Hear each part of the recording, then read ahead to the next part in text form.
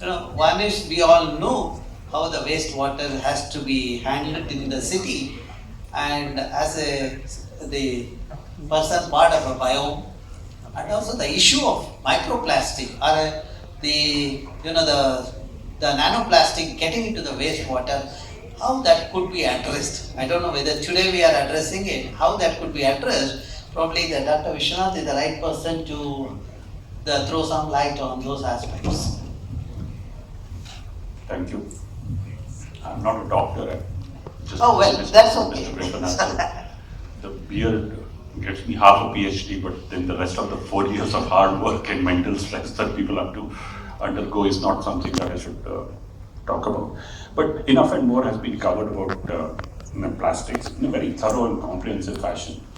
So let me just sort of share a couple of insights, and these are more philosophical rather than to do with plastics itself per se, though plastics will come into the picture as we talk. What I've been observing in my 36 years of work with water and in general development with wastewater also, is technology seems to be a strange beast. Technology provides a short-term answer, but in the long term it becomes the problem itself, and it becomes a more severe problem than what it pretended to solve with the beginning. Just to give you examples, because for me concrete things make a lot of difference, is that we had a water shortage in the 60s, in the 1960s, because of 3 years of drought. So we brought the borewell drilling rig to India from UK, Denmark and USA, which could drill through hard rock. For about 10 years, these hard rock drilling rigs provided succor. It went to village, provided water, hand pump was invented, you got water. But pretty soon the farmers learned that you could use it for irrigation purpose, and then the politicians found that you could give free power to these pumps. And then we are now the world's largest user of groundwater, and we plunged to depths of 1,000 feet, 1,800 feet. The technology of the hard rock drilling rig unleashed a revolution, provided solutions for a short term. In the long term has become a problem. Now when we look at plastics, we know that reduce, reuse, recycle, rethink, all these are part of the solution. But let's look at what's the production side of the supply side is aiming for itself. Under various programs of the government of India itself, they are planning to ramp up production by factors of 50. Now, on the one hand, we are struggling with the existing production and supply to try and manage it, but on the other hand, the aims are to take it many folds, right? So are we trying to put Band-Aid on chickenpox? That's the question that arises. What is it about our human nature or about the kind of economic structure that we have put in place that unleashes these forces? Heavy metals in our environment, plastic in our environment, carbon emissions where 1.5 degrees will be reached in another 5 years, excess 1.5 degrees Celsius. These are forces which I think we have to step back and understand a bit more thoroughly, because otherwise we will only be addressing Band-Aid solutions. And that is fundamentally what one thinks, whether the solution will come from the sector itself or will come from other domains of knowledge and expertise, which will then point us in the direction of the solution. So for example, decarbonizing the economy or de-escalating the economy, taking it away from GDP, measuring it as GHG. These are some of the bigger things that we perhaps need to do before we start to address the issues that we are raising. I'll just give you one or two other examples before I hand over the mic. I don't want to take too much of your time. But I go to rural areas. As Swati mentioned, in rural areas, plastic is a nuisance because there's no adequate collection system and disposal system, as you pointed out, in habitations. But look at what's happening in irrigation. We have plastic mulching now invading every space that there is possible through drip irrigation, and we do it in the name of water efficiency. So we try to solve the problem of excessive water use. We bring in plastic mulching and drip irrigation, but there is no system of collection of those plastic mulches at all, and they are there rampant everywhere. Polyhouses. We are building polyhouses right, left, and center. These polyhouses, if you go after a wind storm or a thunderstorm, many of them are derelict, lying with tatters, and they litter the landscape. Farm ponds. We have a major target of building 10 million farm ponds all across India. Each one of the farm ponds is lined with plastic, LDPE plastic. these plastic are meant to be UV resistant, but because of poor quality the last 3 to 4, 5 years, what happens to the material that is there in those farm ponds? Where does it go? So, like with water, when we write a national water policy, if the national water policy does not talk to the national energy policy and the national agricultural policy, it is useless. Because agriculture is the single largest consumer of water, and energy demands water relentlessly. Thermal power plants, hydroelectric plants have to dam rivers, have to use water. So you can't write a water policy in isolation of at least these two major policies. Similarly, can we write a plastic policy in isolation of the economic policies that we are unleashing in various other sectors, like wherever the sector where plastic is? And like it or lump it, plastic is a really useful material in the short term to many, many people. The intelligent people, as Dr. TVR said, will be few. They will be a minuscule. They won't even be 2%. 0.5% is a miracle in itself. I won't call people fools, but the ease of use of the material, the convenience it provides in the short term, nobody's thinking long term, because in the long term, as Keynes said, we're all dead. In the short term, it's such a useful thing. And so therefore, how do we deal with this human nature of using things which are immediate, which satisfies your immediate craving, and push ourselves as a society to think long term? I don't know, and this is only 4:45 in the evening, I can go on and on with old mark in my system, but I'll stop here, and I still haven't got chai. So for the organizers, let not only the audience enjoy chai, please push some to the panel also. Thank you. Okay, thank you, Vishwanath.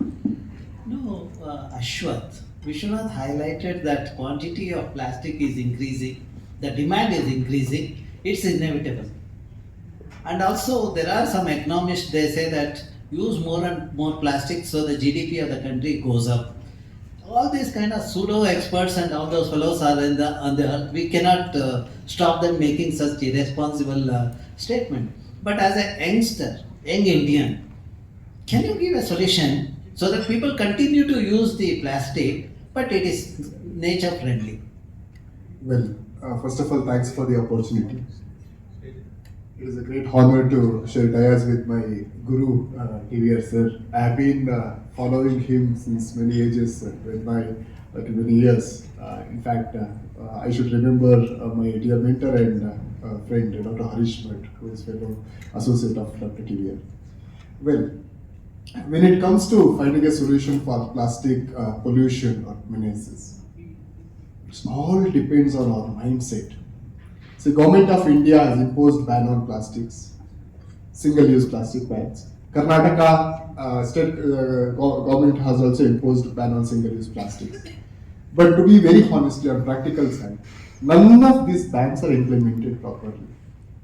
The reason is, there is no proper dedication or determination about the implementation of these rules. First, they'll say, yes, I'm banning the plastic. On day night, like they'll just impose a clear ban on the plastic carry bags and everything. But they fail to provide alternatives to plastics.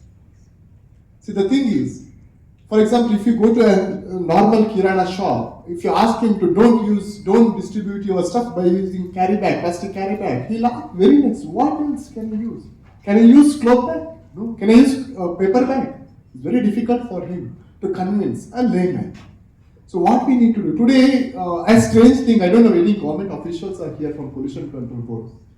They have issued a ban on plastic, sir. Okay, the chairman is here. Okay. See, I have found out one small glitch in your plastic ban thing. If a compostable plastic, if it is with handle, it is banned. If it is without handle, it is allowed. So we found it very strange. How does it matter? How does it contribute to the plastic ban here? See, the compostable plastic, it has become a big opportunity to all these lobbyists and mafia, the plastic mafia, I'm telling you. I have been a victim of this mafia for several years. I've been fighting against them. The issue is, all these plastic manufacturers, it's like once we go to Ganga, once we take a dip, we will be clean, our papas will be forgiven. All these plastic manufacturers, majority of them has converted themselves as a compostable manufacturer. They are manufacturing PBAT and PLA based material and they are selling in the state in the name of compostable plastic. We have banned, in fact, Pollution Control Board has taken significant role in banning the plastic. At the same time, when it is not implemented or when it is not implemented properly, whereas it has to segregate what is compostable plastic, what is organic based material, what is normal plastic.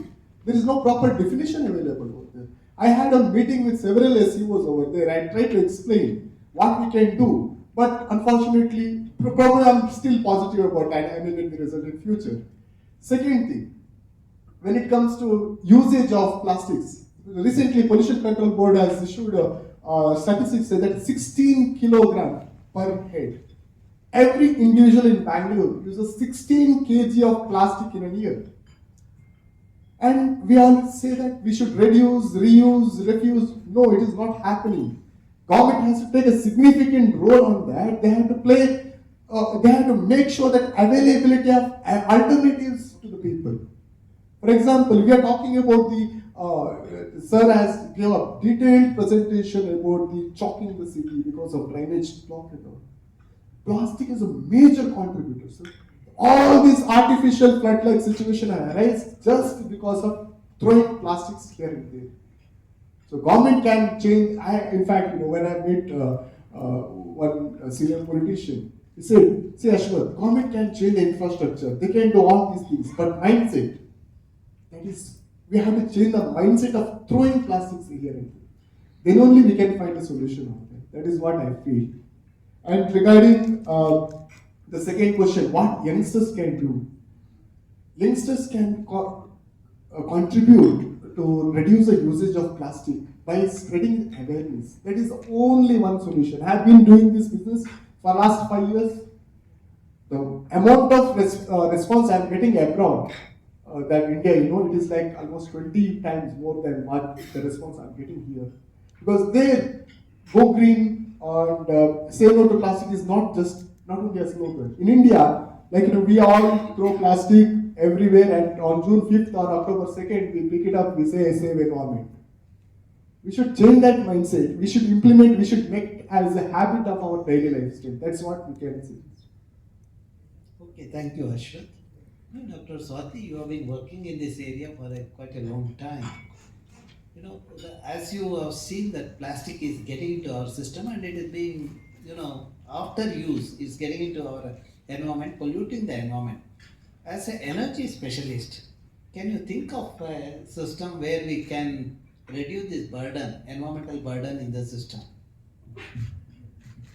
Sir, I don't know, as an energy specialist, I'll come to that a little later, but when my grandchildren were born, I said I will not bring plastic into my house if it is possible to do so.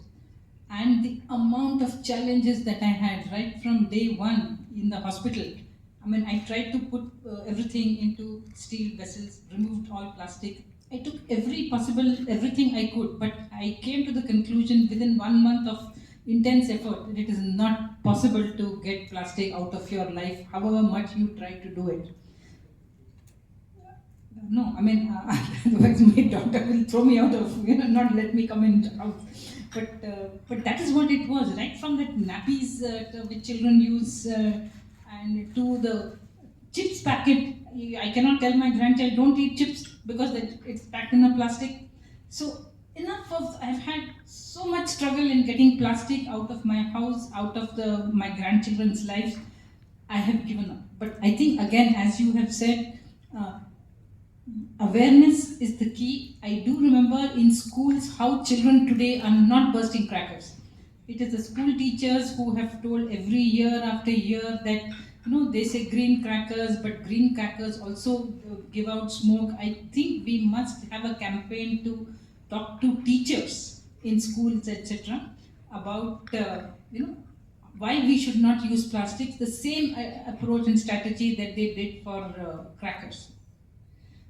And as far as I don't know, I do know about this plastic offset, which is being planned along the same lines as carbon offsets for CO2 emission reduction. But I do believe that we do not have adequate data to even implement. We do not have methodologies, the way there is standard methodology for carbon credit, the way there is methodologies for, if you substitute diesel with solar, or if you substitute furnace oil with biomass, there are standard established technologies where we can authoritatively say, and with a lot of good monitoring tools, that we can measure. In fact, in some of my projects where we were trying to look for carbon credits, we had to actually implement routine monitoring of CO2, routine, the kind of data that we had to collect, because it was an industry project that we had to do for the tea industry. Put the camera here, put this there, put that there. But situations, techniques have evolved for this kind of the kind of techniques that have evolved for energy management and energy use reduction, energy use efficiency. I don't see those kind of techniques in place for plastic use reduction.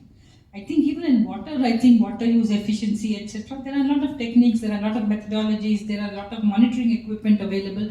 I don't see that kind of thing in plastic at all. And I think what we have learned from energy, we can apply at least the methodologies, the testing laboratories everywhere. We must bring that same science into plastic elimination.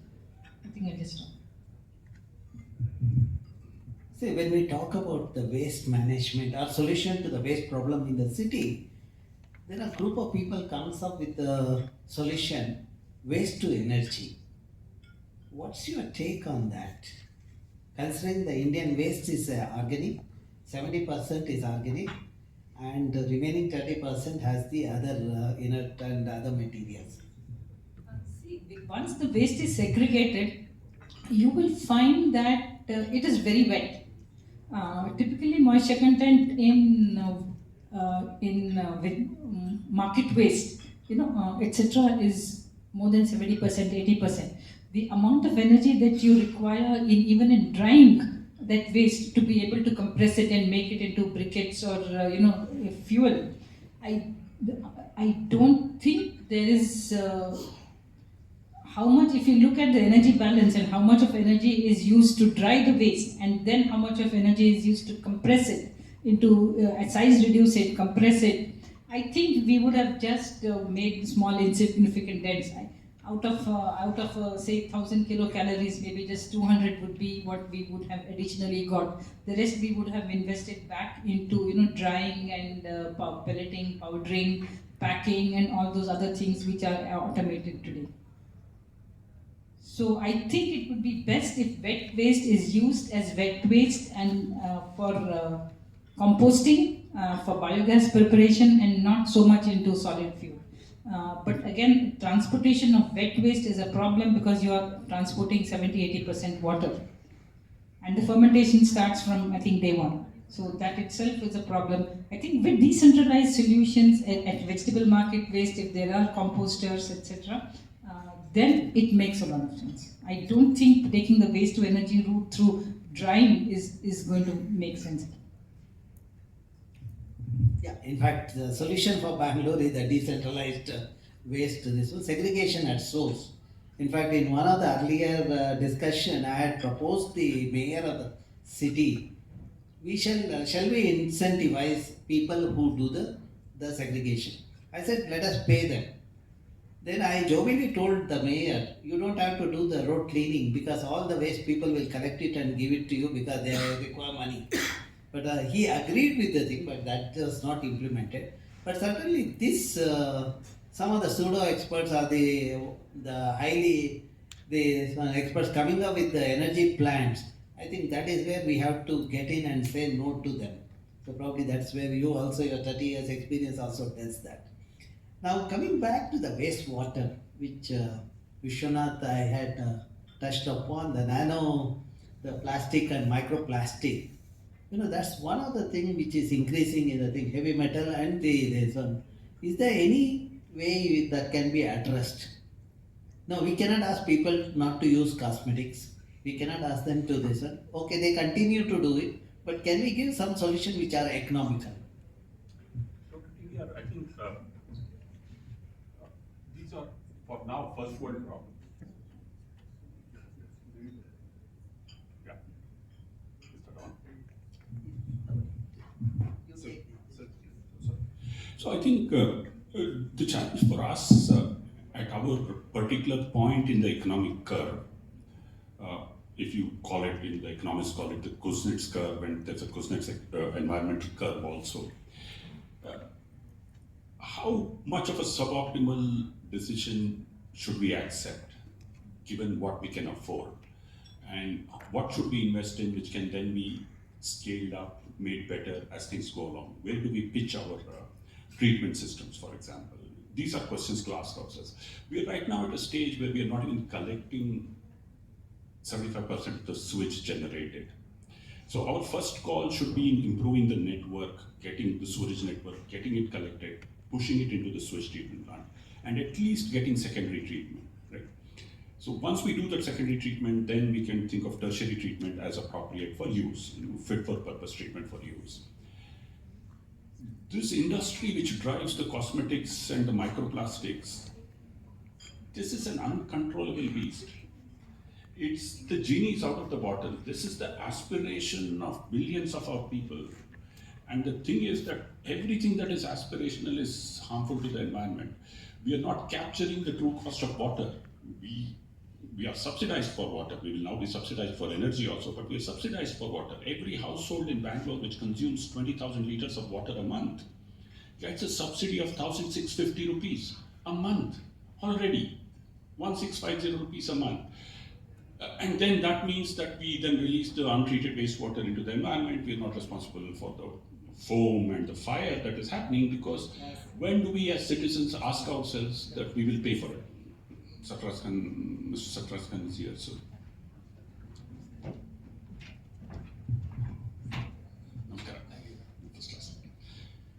So I think at some point of time, it's the choice of technology we make. At some point of time, it's the price we are willing to pay to clean up our society.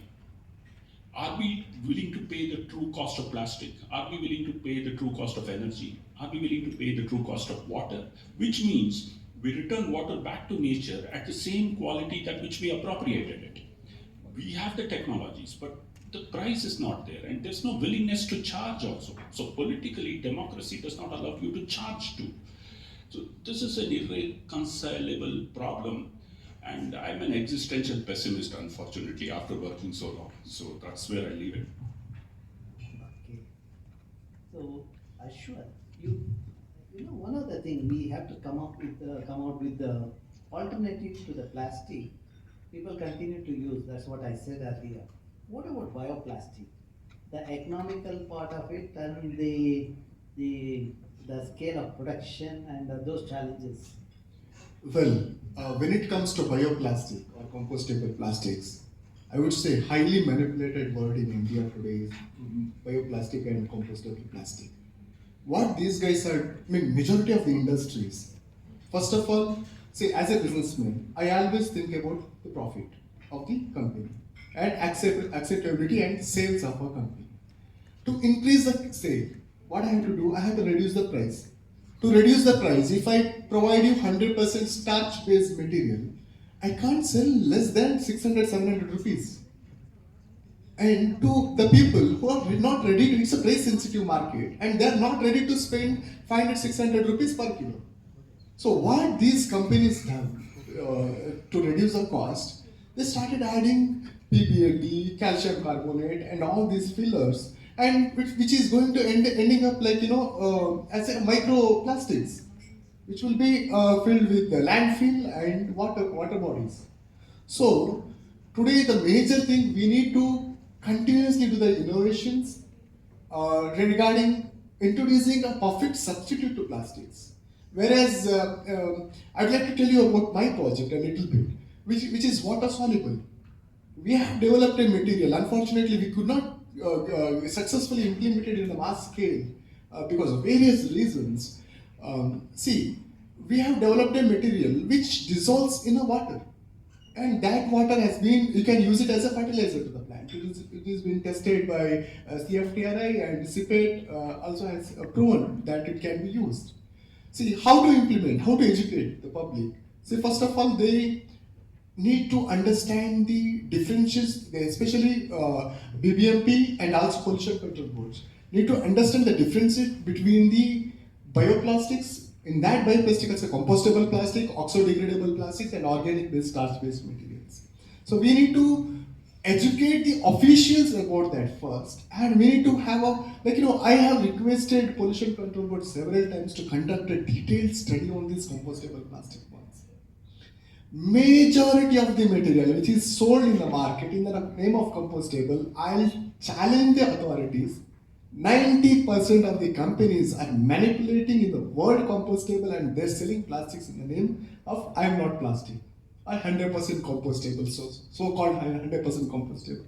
First of all, none of these companies in India have achieved 100% compostability. Some companies have achieved 78%, 80%, 98%, 92%. And how it gets composed, nobody knows that. The reality is, all these compostable plastics requires an industrial composting system. It doesn't get decomposed under natural condition. If it has to get decomposed under natural condition, the starch content should be more than 70%. And the PBAT, if the moment they are adding PBAT blended with calcium carbonate, it cannot get decomposed under natural condition. So that is the biggest challenge. How to, the only thing is, we know there is a cat, we know there are rats. Who will build a cat? That is the only question. So that work, I expect the eminent officers like Sarfraz Khan should take initiative on that, to finding proper products in the name of compostable plastics in the market, what is not and what is the actual products. And what can be done? See, the BBMP and especially municipal bodies should start educating the public about this. And I would request, sir, to explore the options of using conventional alternatives to plastics. Like we can use cloth bags, reusing. See, even though I'm I'm the owner of one company which produces biodegradable products, I always suggest people to use carry bags, cloth carry bags. You can reuse it multiple times, but it is out of fashion. So without changing people, especially youngsters' habit, we have to give the solution. So we came up with a material which is water soluble. We are using around very less amount of PVOH, which is again degradable grade, and we are adding bio-based vegetable oils. We use tapioca starch, blend it with the natural material, and which looks like the more or like rubberish material, which is paper. It comes under paper category. But we, being very honestly, I got USDA certifications, I have obtained IISC certifications, I have obtained one of the finest rank in European Norms Act, and I am not, even though I am getting 98, I got 98.3% of degradation in India, I could not get CPCB license so far. Just imagine how big the lobby is. So that is what happened. As I said, in Karnataka, they have banned the carry bags with a handle, but they have allowed the bags without handle. So that is the biggest irony I was facing here. So what needs to be done? What can be done? So if we are introducing, there is someone who is showing interest to introduce an alternatives to plastics, I request government authorities, conduct a thorough study on it. But at least if it is genuine, please support them. Then only you can bring changes in the market. Okay, Mr. Khan is here. So I think we'll look at the policy aspect of that. We have a wonderful norm like solid waste management rule 2016, construction demolition waste rule, e-waste, then biomedical waste. But still, we see the gaps in the system. As the person on the other side of the fence, how to address these things? Because the other side, we are on the other side, we are good at bringing out the gaps, but how you can address it and what needs to be done for the Bangalore so that our city is clean. So, good evening to all of you and Dr. Ramachandra and Zen Rainman and all of you here in the dais and dear friends. first and foremost thing, if you remember, 2015 was the time I reported as the Zonal Commissioner of Yelahanka, and I was the first person to ban plastic, though there was no policy in place. So this was done basically in two steps. One is creating awareness using the corporators with their help and the local RWS. I had made a robust system of RWS in the city, and the system still exists. So that system, those are the people who came along with us, educating people on not using plastic. And then second thing is that, what are the ill effects of plastic? After having said that, again, we used to see that a lot of plastic was coming into the market. And then we went to the government, and then the government made me the chairperson along with the Pollution Control Board for this implementation of plastic ban. And then I think Dr. Ramachandra is aware that, the circulars were issued by the government in which what is banned and what is not banned. And then we did a lot of enforcement. I did conduct more than 40-50 raids across the city where the production of this kind of plastic was completely, the factories were shut, and then tons and tons of godowns were seized. And then, we started encouraging people. Again, we started, whoever had these factories, we started teaching them, what are the alternatives that they should do. And a lot of them converted. Like they started making from bagas and then various other material, which was, biodegradable. They started making it. And if in case you see any little change that you see in Bangalore City, where you see this cardboard bags being used, are the effects that we have put in at that particular period of time. Then what happened was we had successfully eliminated plastic from the Bangalore city. The only thing I can tell you is the result of this was, somebody asked me that how sure are you the plastic is eliminated. We have in the landfill which we have in Bangalore, that in different years the land has been filled. If you scoop up that garbage, you know exactly what is the content of plastic in that. So if you see the particular year of 17, 18, 19, the considerable extent of plastic had reduced in that particular system. More than enforcement, I believe it is education that is very much required. Until and unless you don't teach people that the ill effects of plastic, then it is till then you cannot control this problem. Second thing is cost effectiveness. And once what happened is the major stores like the well-to-do malls and then the big shops, they stopped selling plastic. They started using cloth material, and so many other materials started coming into the market, and then plastic was drastically reduced. But again, the biggest challenge was with the gadiwalas, the vendors, the footpath fellows. These fellows did not have an alternative, because the vendors used to go to them, then they say, okay, I buy 1 kg of apple. Then he says you have a plastic, so counterfeit, he'll remove it and then he'll give it to them, and okay. I mean, that is his rosy routine. You have to find an alternative for him. He said, sir, if I'm selling it, I'm making a profit of 5 rupees, 10 rupees. If I give him a bag of worth 5 rupees, what am I going to earn out of this? So these are certain challenges that we faced at the fag end, around 18, 19. And then the complete thing, whatever grip we had on the city on eliminating plastic was completely let loose when Corona came in. Corona came in at that time, we really could not enforce because people were eking out their living with a lot of difficulty. That's one thing.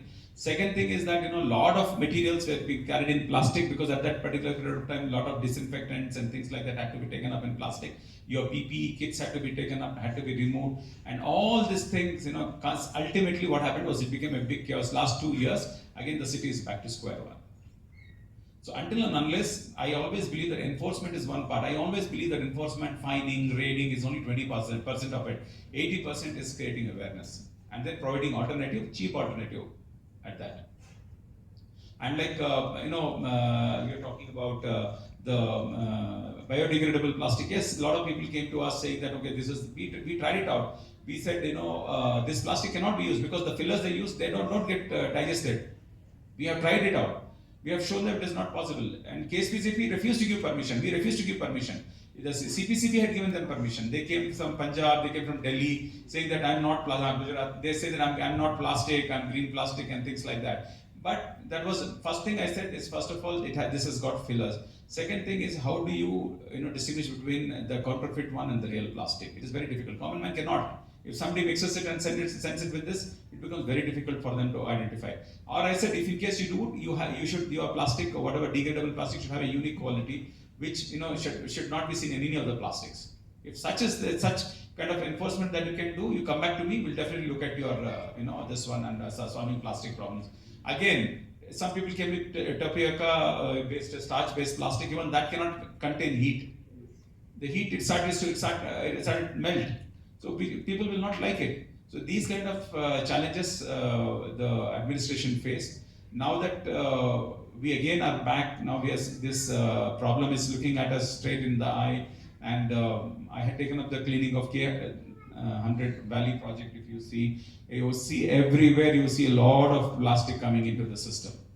Again, it has come back, and people, enforcement has kind of, become lax now, and then also awareness programs also have lax. If you remember, last time we conducted a lot of programs called Compost Santes in each ward, where we called all the resident welfare association. We showed them alternative to plastic. We showed them how to segregate waste, how to compost your own waste, and first of all, not using plastic. That was the mantra. That is where we had reached a very, very critical stage of conversion of the city into completely plastic free. And COVID happened, and then COVID, all of us were involved with COVID duties, and then we were fighting. It was a disaster that we were all fighting. So there was very little time that any of the officers could give any interest in that direction. And second thing also, if we had pressurized anybody, people were difficult. They were not having food to eat at that time. We could not. It was a human approach that we had to take. So that's how it is. Now again, good thing that something with this kind of a seminar or a panel discussion, things have started up, and I think your citizens' voice is the foremost thing which can bring out a lot of things in the government. I will also try to bring in again to the notice of the government that what needs to be done. We already have the what you call that action plan in place. We only need to enforce it. That's all. Once we enforce it, it's no big deal. So like we had done you will be surprised if I tell you, the micro plan for SW management was written in Bangalore City. It was written by the citizens themselves when I was the Joint Commissioner there. And that is followed by most of the countries, for most of the cities in Bangalore City today. And even for the festival waste management also, we have written an action plan. Sandhya went to US and gave a talk on that festival waste management. We sat down in a discussion room like this and we created the action plan. So 2 books I have released. It is with BBMP that contains the details of this action plan that you can go through. And if we push this from different sectors, then I'm sure that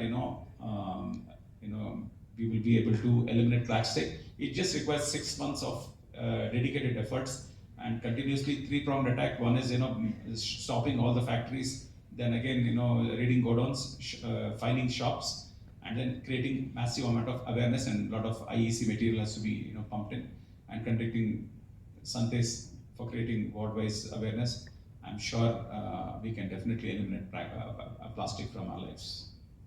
Thank you. Thank you, Mr. Khan. I think your argument was same lines as we were talking about, another awareness among the public.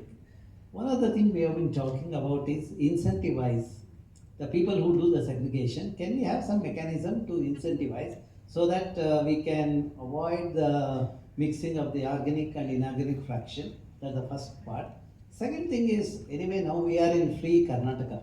Everything is free. Free electricity, none go free, nil go free. That is where, can we give free environment friendly bags to our vendors so that we can also, that might fetch some votes also.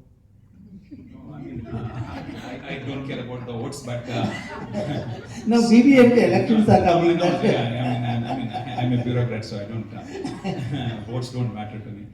Well, it's all your what do you call that? Faith in me is what matters. Yes. So most important thing is, yes, like you had said, we had also spoke about incentivizing citizens about segregation of the waste. If you remember, we reached about 45% of Bangalore's waste we were segregating. Okay. Then again, this is not only about collection of segregated waste; it's also about processing. Again, these are all interlinked. If the waste which is collected does not move to the plant and doesn't get composted in that particular period of time, if not put on the windrowers, and if the windrows are not on time, then there is going to be a lot of smell, and then the whole area there protests. So it is interlinked. So unless you have a smooth mechanism of doing it, incentivizing, yes, last time they had spoken about giving some concession in in the tax collection, whoever is doing it. Like for example, when I was there, I had proposed that somebody who is composting in their own house, and if they have a proof of what they are doing it, then definitely some amount of taxation can be reduced, is what we had proposed. And then I think that is still in the policy, and definitely government would definitely look at it, in a positive way. And we are also trying to encourage, because as you know, until unless you don't, segregate, there is nothing else. I think just I was kind of held up in this meeting. I was supposed to come a little earlier. Was this couple of senior ministers were discussing with me on this issue of how to encourage segregation and how to make it more and more the system to be more responsive to citizens. And again, if you see in the last 1.5 years, you're seeing garbage everywhere again. It's back to square one. So that's the reason why collection system has to be efficient, segregation. Like for example, in Chennai, I was surprised. What they do is if they don't segregate, they have a tray system wherein they ask the person to put then segregate on the tray itself, and then they collect wet and dry separately.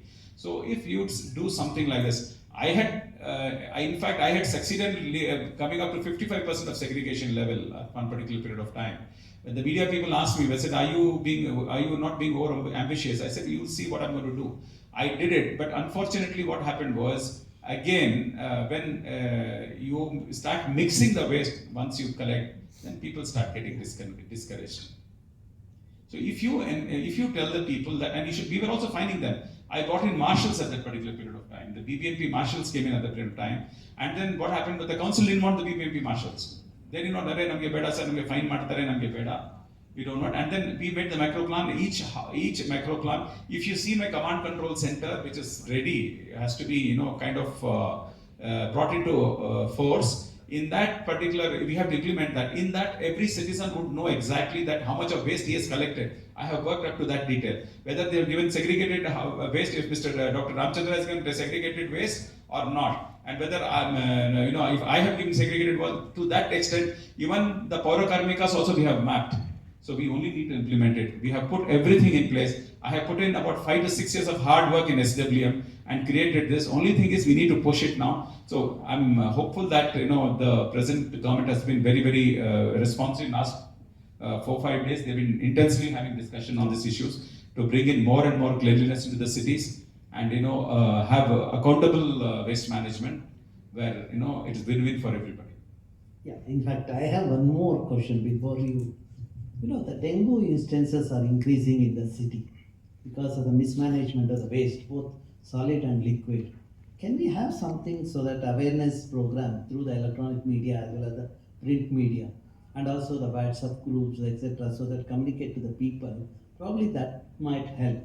Second thing is, of course, I have come across some of the Paura Karmikas doing excellent job.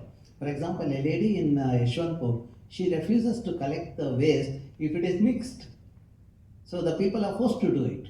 Probably such the Paura Karmikas we need to identify, and we need to encourage them through appropriate incentives. Yeah, so again, if you see, the Paura Karmikas were with the contractors, and they were paid 3,000 rupees, 4,000 rupees a month, and then if they were in tattered clothes, they were not working. So when I was there, I took them onto direct payment system, and and they were paid directly into their account 18,000 rupees.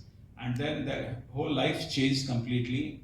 They were claiming there were 36,000 people working, there were only 18,000 people. We got biometrics into the system. We mapped every Paura Karmika in the city. And what uniform Paura Karmikas you see, myself and Sandhyanarayan designed this in 2017 or something like that. So that design, what Paura Karmikas you see them wearing the green one and then the orange one. Green is basically for environment, and the orange one was for visual, this one, when especially for traffic, on upcoming traffic. So that was scientifically designed, and Foley Designs gave us the design, and that's how we have done it. But again, in Paura Karmikas also we are seeing 50 to 60% people, they come half day. Half day what they do is, though we bought it 2 times of maintenance, in the second shift they are supposed to do gang work, they don't do that. They go and work somebody's house, again come back and give attendance. So to eliminate all this, we have started to bring in some kind of mechanism where they have the action plan itself will contain that, in a particular ward, we are given 7 days time, okay, this gang work 1, 2, 3, 4, 5, 6, 7 days. So the citizens monitor that these 7 days, whether they have worked or not worked. So if this is effectively implemented, I'm sure that this is definitely going to improve. And also in course of time, Paura Karmika strength is going to definitely come down, because their children are also studying well. We also want to see them become engineers and doctors. But apart from that, we have a lot of mechanical intervention. Like we need to bring in more mechanical sweepers. Bangalore city has got require, according to my estimate, about 150 to 200 mechanical sweepers are required for Bangalore city just for arterial, subarterial roads, and then some of the main roads that we have.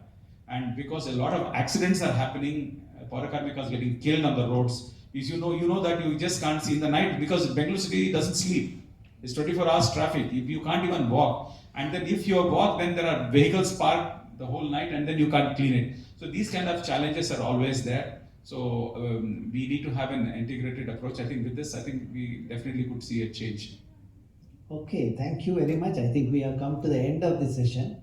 It is actually, I should say that is an intellectually rewarding session. I mean, all the panelists are loaded with their experience, and thank you for sharing your experience. And the minister has come. Probably, I hope he will take this message forward and see that Bangalore is a clean and healthy city. So we are facing the problem of unhealthy situation in Bangalore. So maybe I think we'll wind up the session and we'll have further discussion in the next session. Thank you all. Thank you, Vishwanath. Thank you, Ashwath. Thank you, Mr. Khan and Dr. Swati.